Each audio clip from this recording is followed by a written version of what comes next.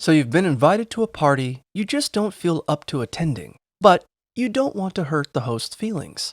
You've come to the right place. Whether you want to stick to honesty or come up with a good excuse, we've got you covered. If you choose the honest route, etiquette coaches recommend RSVPing no immediately so the host can adjust their plans. And remember, you aren't obligated to give an in depth explanation. If you prefer to use an excuse, you can pretend you're coming down with a cold. Say you have an unexpected work commitment or blame a family emergency. Just keep a few tips in mind. Keep your lie simple so it's easy to track.